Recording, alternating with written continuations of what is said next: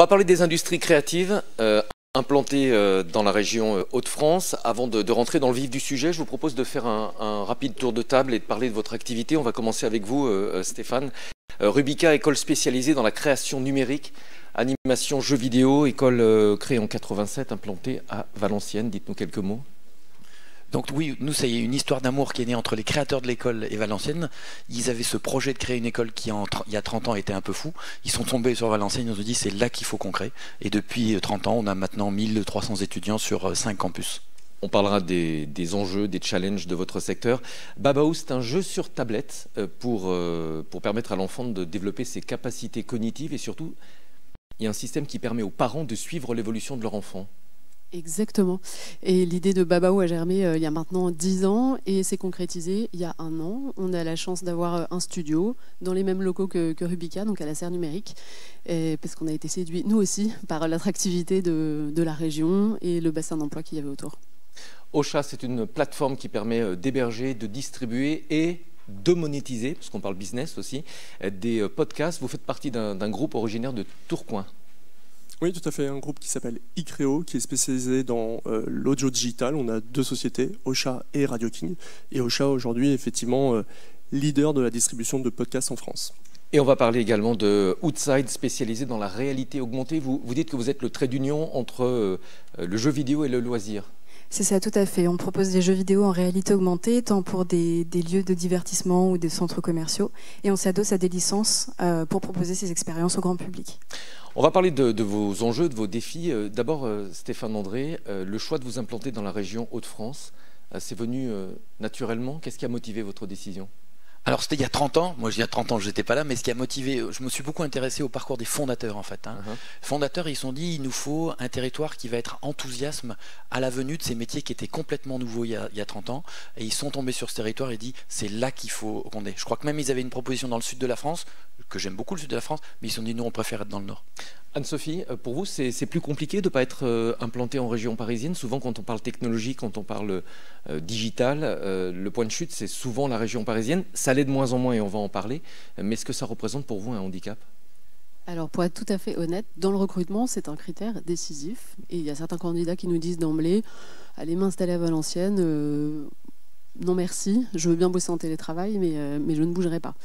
À l'inverse, ceux qui sont mobiles et sont ouverts à aller s'installer à Lille, à Valenciennes ou dans la région, c'est un critère décisif également. Et en général, ils sont très contents de s'installer là. Ils ont une qualité de vie assez incroyable. Et donc ça marche bien. Maxime Piquette, même question, mais est-ce que c'est devenu un critère pour recruter, le fait d'avoir une qualité de vie peut-être en région qu'on n'a certainement pas en région parisienne ? Oui, c'est un critère. Oui, c'est très intéressant d'être sur la région notamment la lilloise. Nous, il s'avère qu'on a 2 bureaux. On a aussi un bureau à Paris et on voit bien que sur nos recrutements, on est très content quand on recrute des personnes qui sont plutôt à Lille qu'à Paris, parce que les coûts sont clairement pas les mêmes non plus pour nous, ni immobilier d'ailleurs. Donc c'est beaucoup plus intéressant pour nous et c'est vrai que dans le cadre de vie, mais même dans le cadre entrepreneurial, quand on regarde aussi les subventions, les offres qu'on peut avoir de la région, de la BPI, etc., c'est souvent beaucoup plus intéressant d'être à Lille qu'à Paris. Charlotte, pour le recrutement, est-ce que la crise sanitaire a changé la donne ? On a eu peur au début, honnêtement. On n'avait pas du tout l'habitude de manager nos équipes en télétravail. On n'était pas serein et en fait, ça nous a énormément aidé à nous structurer. On a même été jusqu'à recruter des gens du coup qui étaient à Marseille.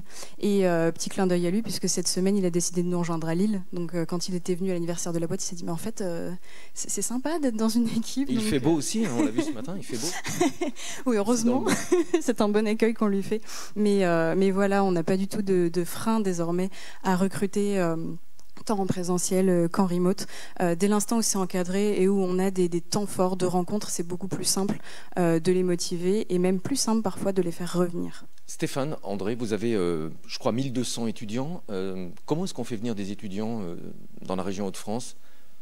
Je sais que pour les journalistes, il y a une école extrêmement réputée ici dans la région, donc ce n'est pas forcément un obstacle. Vous, est-ce que vous arrivez à les convaincre ? Alors, il faut être... faut voir les choses en face. Valenciennes n'est pas une ville qui fait rêver les étudiants. Ça, c'est très très clair. En revanche, ça fait plus rêver leurs parents, parce qu'on leur dit ils vont pouvoir se consacrer pleinement à leur travail. Donc ça fait plus rêver les parents. Mais c'est vrai que Valenciennes, c'est un de nos enjeux forts, c'est de se dire comment on donne effectivement plus de vie étudiante à Valenciennes. Et quels sont les atouts que vous mettez en fait, les atouts, c'est qu'on a de la chance d'avoir des très très bons classements. Donc les gens, ils viennent parce qu'ils se disent c'est une très bonne école où on consacre beaucoup d'heures à l'enseignement et à l'accompagnement. Et c'est ça qui nous tire. Mais c'est vrai que l'attractivité de Valenciennes reste à travailler pour nous. Comment est-ce que la région vous a accompagné, Anne-Sophie ? Alors, elle nous a accompagnés déjà de façon financière, avec des subventions, comme l'a dit Maxime. On a la chance d'être soutenu à la fois par la BPI, par la région des Hauts-de-France et par l'agglomération de Valenciennes.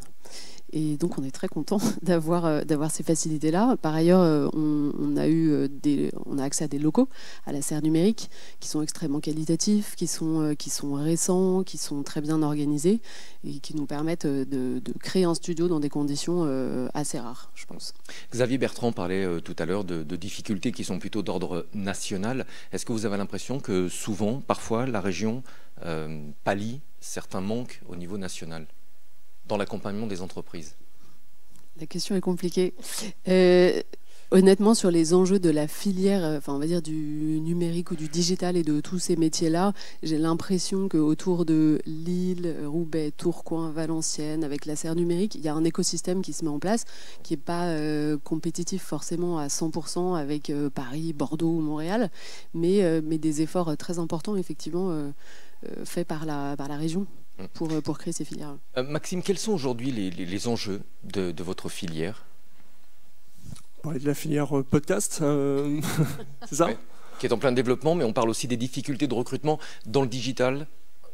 Alors et dans la clairement, technologie au sens large. Alors clairement, on a des très grosses difficultés de recrutement. Il y a beaucoup de startups qui aujourd'hui sont implantées dans le bassin lillois notamment, et c'est très difficile évidemment de recruter des profils tech parce qu'on les cherche tous et c'est un peu une bataille entre nous.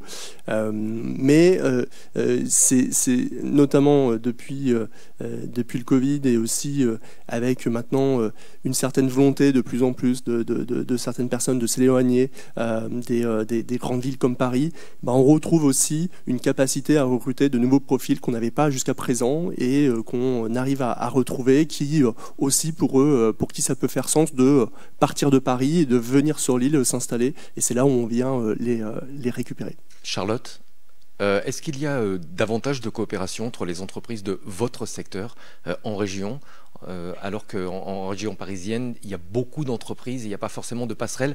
On évoquait à l'instant le fait que Anne-Sophie Dulong et Stéphane André travaillent dans des locaux à proximité. Est-ce qu'en région, c'est plus facile de tisser du lien au sein d'un même secteur ?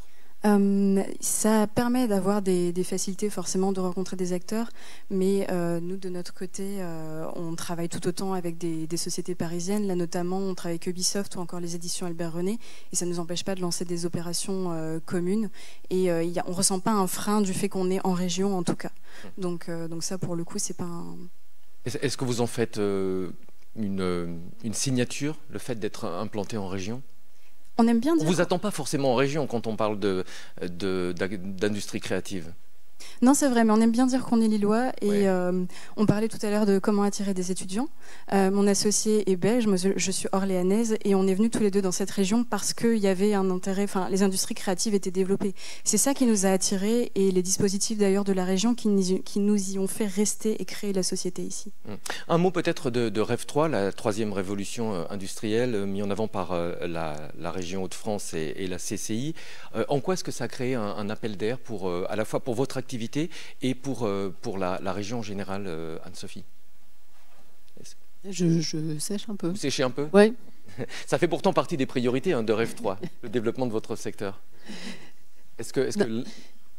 Non, mais ce que disaient Maxime et Charlotte est vrai. Aujourd'hui, sur tous ces métiers-là, toutes ces filières-là, il y a une tension qui est nationale. Et paradoxalement, j'allais dire, le fait de ne pas être...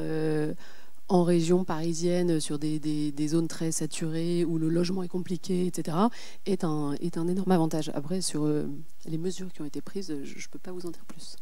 Un mot peut-être, Stéphane? Non, pas sur la mesure Rêve 3 que je ne maîtrise pas complètement, mais sur la tension, elle est même plus que nationale et internationale. Nous, on le voit quand les étudiants partent, par exemple, surtout les étudiants entre la 4e et la 5e année, il y en a 50% qui ont des propositions de CDI tout de suite, où l'entreprise lui dit non, va pas jusqu'au bout du diplôme, ça sert à rien, ce qui nous pose d'autres types de problèmes. Mais la tension est très très forte. Et où vont vos étudiants? Ils restent dans la région? Est-ce qu'ils partent dans toute la France, parfois à l'international aussi? Nous aimons à dire qu'ils reviennent dans la région, parce que quand on a 22, 23 ans, c'est quand même bien d'aller un peu à l'extérieur, notamment à l'international. Donc il y en a plus de 50% qui vont à l'international. Et il y en a un certain nombre qui y revient. Par exemple, quand vous voyez le président de l'association des anciens, il a fait plusieurs pays, il est revenu à Lille, chez Nacon, dans un studio de jeu. Ouais.